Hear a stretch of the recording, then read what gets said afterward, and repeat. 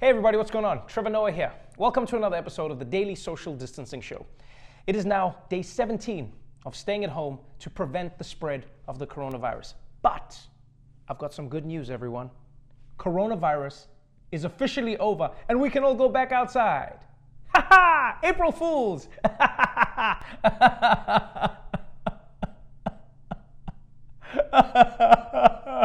It's not over. Anyway, tonight we're going to check out all the latest coronavirus news from around the world. For instance, the virus is making Malaysia sexist.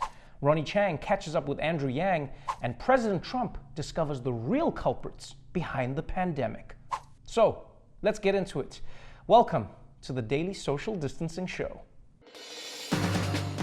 From Trevor's couch in New York City to your couch somewhere in the world. This is the Daily Social Distancing Show with Trevor Noah. Today is April 1st, known throughout the world as April Fool's Day.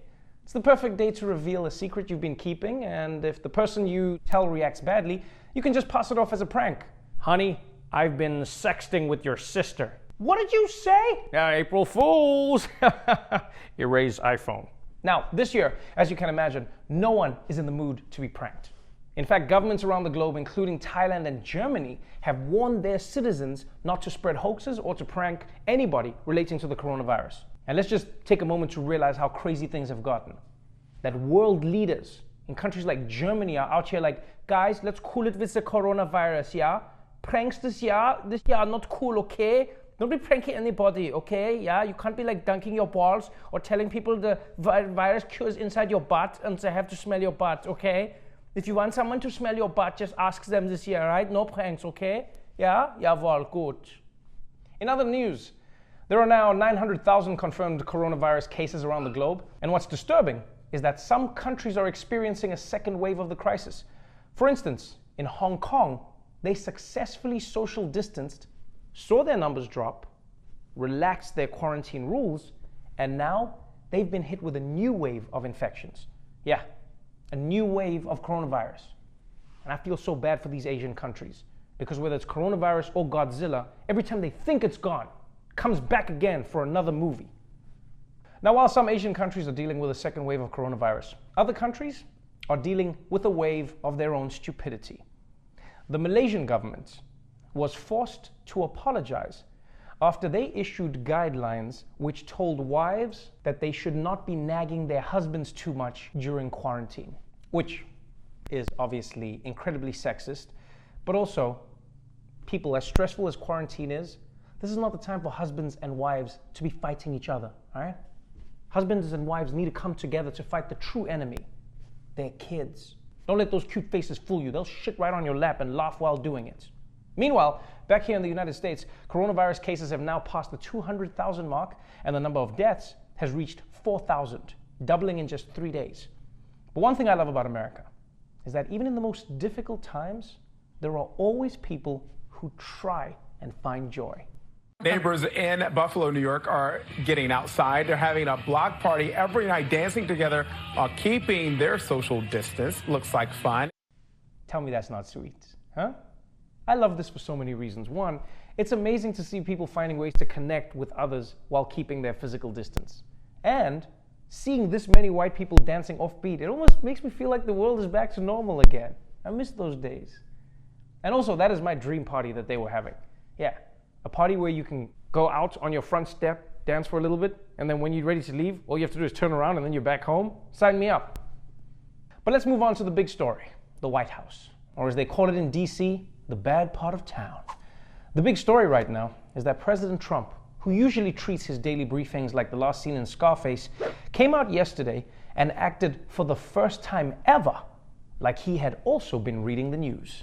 President Trump just moments ago with a somber tone. President Trump is taking this darker tone. He was as grim as he's been through this entire crisis. I want every American to be prepared for the hard days that lie ahead. We're going to go through a very tough 2 weeks. You're going to start seeing some real light at the end of the tunnel, but this is going to be a very painful, very, very painful 2 weeks. God damn. Donald Trump, for the first time, at least sounds like he's afraid of this virus. And if he's taking it seriously, then we should be really scared. Because, I mean, this guy takes nothing seriously. This is the same dude who stared at an eclipse like it was a magic eye painting. The same dude who sang Hakuna Matata when he assassinated a general in Iran. The same dude who responded to a hurricane with a paper towel three-point contest. So this is a side of Donald Trump we don't often get. I haven't seen Trump this somber since Maury told him that he was Eric's father. And if the president is finally treating the crisis with a little more respect, maybe it's because of the numbers, right? The White House has just released their first official projections of coronavirus deaths, and they are terrifying. Dr. Birx and Dr. Fauci said that according to their numbers, even if America did everything right, we could still see 100,000 to 240,000 deaths from coronavirus. And I don't care what anybody says, that is a staggering number. Even in Call of Duty, if you saw that many deaths, you'd be like, I think I've been playing this game too much. I'm gonna switch to Animal Crossing for a while. But while the president may finally be grasping the gravity of this outbreak, he and his allies continue to make excuses for why it took him so long to respond. Mitch McConnell, he said that impeachment diverted the attention of the government. Do you think that in any way, this was happening and building at the same time, did it divert your attention or your team's attention or the vice president's attention? Well, I don't like to think I did. I think I handled it very well, but I guess it probably did. I mean, I got impeached. I think, I certainly devoted a little time to thinking about it, right? So, when you say that, yeah. Ah, yes, in classic Trump fashion, the president wants to have it both ways. I acted properly with Corona, but I was also distracted by impeachment. But my response has been perfect, but impeachment is why I messed up. And I gotta say, if Trump was so easily distracted from dealing with the looming pandemic, then that's bad news. Because then America basically has a puppy as its president. Yeah, one little thing can distract him. Next time America wants to invade Iraq, they should just throw a frisbee by Trump's head and that'll distract him for a month. It went that way. And it's funny how Trump and McConnell are trying to make it seem like the government stopped in its tracks because of impeachment. Because the truth is, Trump still found plenty of time to do the things that he wanted to do while impeachment was happening. He imposed new restrictions on immigration. He increased sanctions on Iran. He unveiled a new peace plan for Israel and the Palestinians. And of course, he had a lot of time to play a shit ton of golf. So unless he was searching for coronavirus in a sand trap, I don't think this excuse checks out. And impeachment isn't the only excuse that Trump has used to try and explain why it took him so long to try and stop the coronavirus outbreak. He also blamed China for covering up the seriousness of coronavirus. And yes, it is true. China did censor information about this disease in its early stages, and that didn't help. But President Trump was warned about coronavirus by his advisors as early as January 18, and he dismissed it for months. So as much as Trump wants to blame China for downplaying the virus, he himself ignored all the messages that his experts were giving him. And he didn't ignore them once. He didn't ignore them twice. He ignored them countless times. Like if we were back in Bible times, Trump would have heard the burning bush and then just thrown water on it. Finally, that bush was so annoying. So to try and avoid taking responsibility for the government's slow response to coronavirus, Trump has blamed impeachment and China. But as always, there's only one person who Trump loves to blame for everything that goes wrong in his life: Barack Hussein Obama. You see, Trump has claimed that the reason America fell so far behind other countries when it came to coronavirus testing is because of rules that the Obama administration made. Now, the only thing is, nobody has been able to find these rules that Trump is talking about.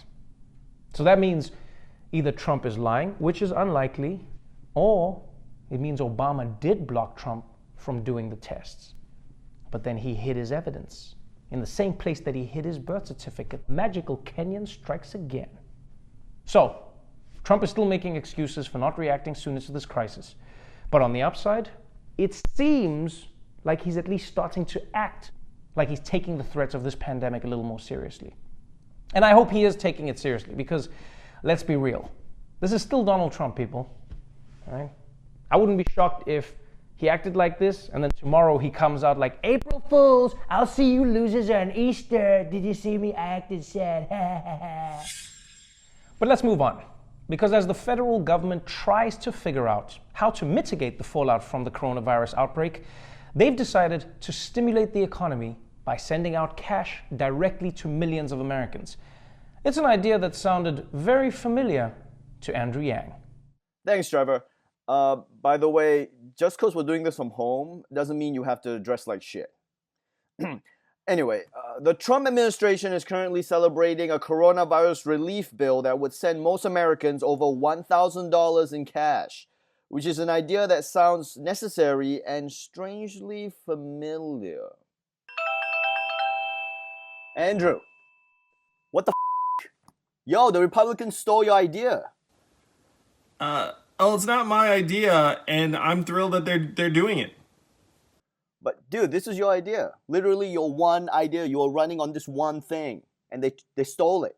Well, they're not going to do it in perpetuity. That would be my idea. If they put it in place where we get it every month forever, then I would be up there, just clapping and cheerleading, because all of this stuff's very, very overdue. Remember when you first started and you were talking about UBI? A lot of people called you crazy. It's a convoluted cockamamie idea. It's this move towards socialism. It's all going to stink. You're going to lose your job. You're not going to have anything. So we're going to give you a big handout. I mean, I don't know that that's going to be inspiring to a lot of Americans. Do you think Americans just needed to be pushed to the brink of death and economic collapse to realize that, hey, maybe giving people $1,000 isn't a bad idea?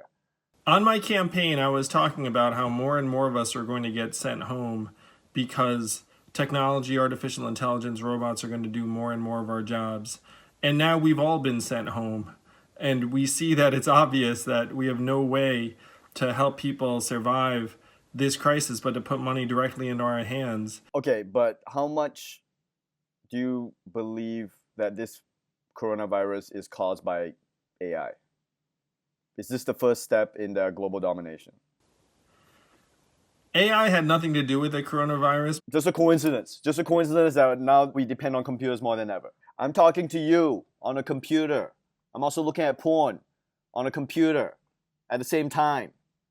Because computers are great like that. You can multitask. Computers are definitely transforming our way of life in ways big and small. But this virus is a totally different phenomenon. Sorry, Andrew, I didn't hear any of that. I was multitasking. So how do you stop this administration from f***ing this idea up?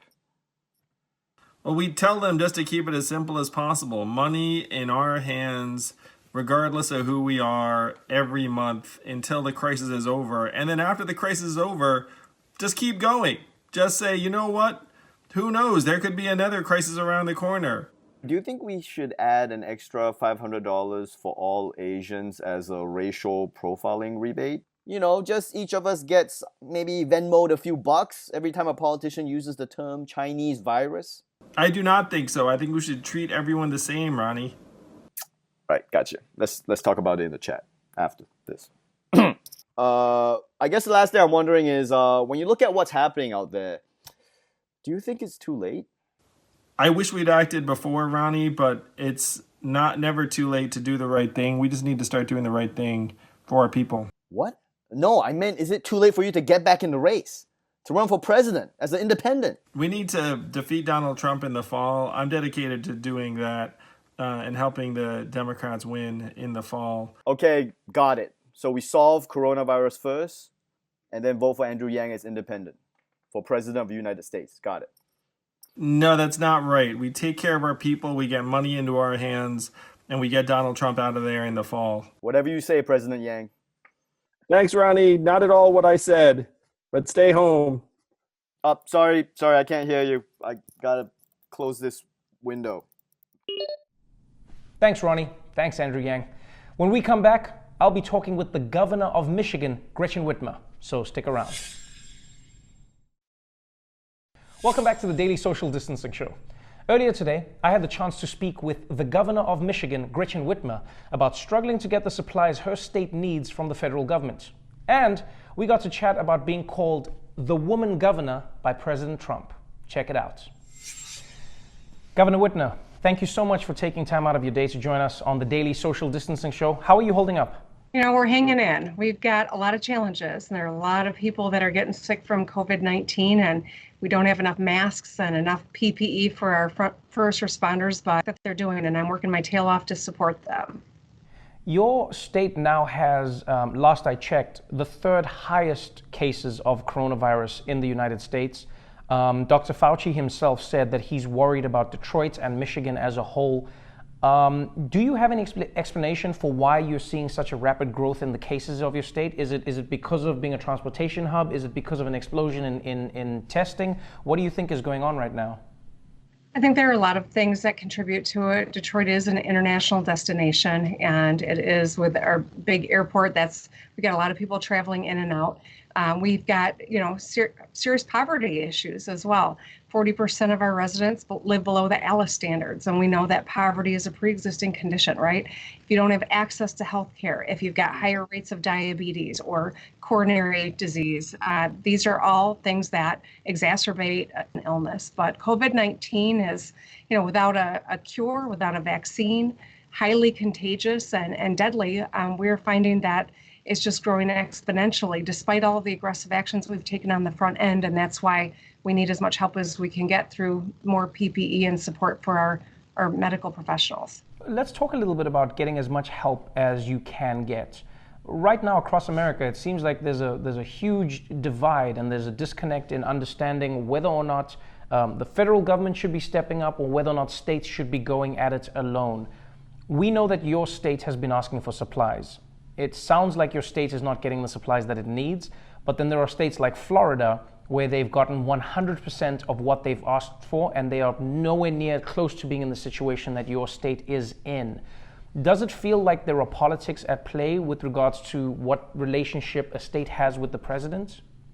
Well, all I can say is this, the fact of the matter is it's on all of us to remember that the enemy is the virus. It's not one another. It's not the federal government versus the states.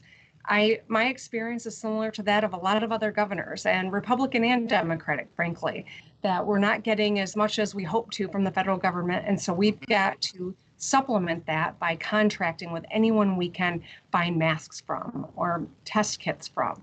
And we're ending up bidding against one another. And it's really a destructive way about going, to fix this problem.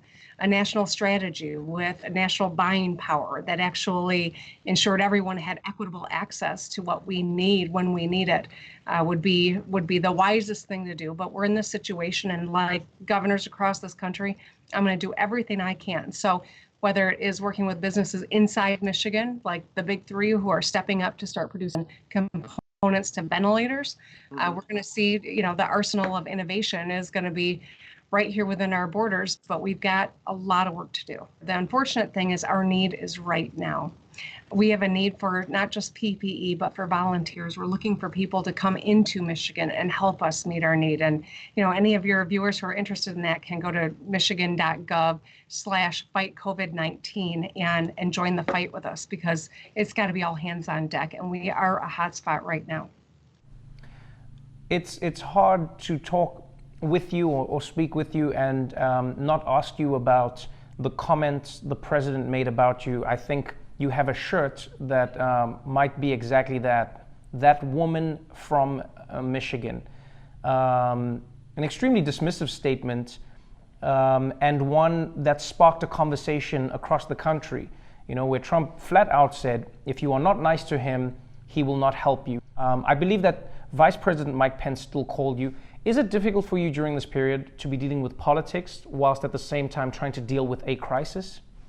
I don't think any of us has energy to deal with politics right now. All of our energy, all of our focus has to be on meeting the needs of our people. People are dying.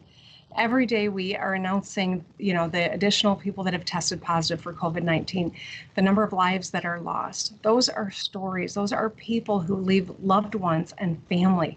Those are people who relied on a healthcare system to meet their needs, and frontline providers who put their own health at risk to take care of others. I don't have any time to think about fighting anything other than COVID-19, and that's precisely why I say let's not fight one another. We are not the enemy. This virus is.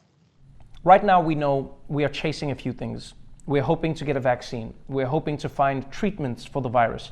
We're hoping to get ventilators and PPE for people who are treating the coronavirus. But beyond that, all most people can do is stay at home and stay away from other people. As a governor of a large state where many people work in blue-collar jobs and they work from paycheck to paycheck, do you worry about a tipping point where people no longer see the positive effects of waiting at home and say, no, we're going to go back out into the streets? Are you worried about that at all? Of course I am. You know, each of these orders that we issue as governors weigh heavily on us. When I close bars, I know that means there are going to be people who get laid. I know it means that there will be businesses that will struggle to ever reopen again. I know that 1.5 million kids in my state are not in school and they need an education. And half of them get their meals at school because of free and reduced lunch. Every decision we make weighs heavily and has ramifications. And I do worry that people will get impatient or start to get feeling, cabin fever being at home so much. And yet we know with a novel virus for which there's no cure and there's no vaccine and it spreads incredibly, aggressively and it's deadly, that the best thing we can do is not to see one another. And it's really hard for people to get their minds around, but this virus can't transfer from one person to the next if we're not together. And so staying at home is doing your part. And it is a sacrifice, and we recognize that. But that's why it's so important that we make it easier for people to stay home. They're worried about paying their bills. They're worried about putting food on the table. So making sure that we are able to have that kind of support that people need is really important for the health of the individual, for the health of communities, for the health of our economy in the long run. And that's why everyone's got to do their part. Well, I'm hoping everyone takes your word. Hopefully, the federal government will be getting you what you need. And good luck to you and your constituents. Hopefully, we'll be speaking to you on the other side. Thank you. Thanks so much. Thank you so much for your time, Governor. Thank you. Have a good one. Thank you so much for that, Governor Whitmer. Well, that's our show for today. Before we go, we want to keep reminding you that doctors and nurses out there need our help to get the protective gear that they need. So please, if you can help, go to Thrive Global's First Responders First and donate whatever you can to help them get PPE so that the people saving lives right now can protect themselves. And if you want to help in New York specifically, you can go to New York Mayor's Fund COVID-19 Response and donate there. Stay safe out there, wash your hands, remember to change your underwear at least once a week, and I'll see you again tomorrow. Now here it is, your moment of Zen. Some workers at the Amazon Fulfillment Center in Romulus are staging a protest. They should not be selling non-essential items. If you go on the website, all the essential items are sold out. Until you restock and until you close this building, shut it down. Dildos are not essential items. Books for kids, yes, but dildos? No. Suscríbete. Suscríbete. Suscríbete. Suscríbete al canal de Comedy Central.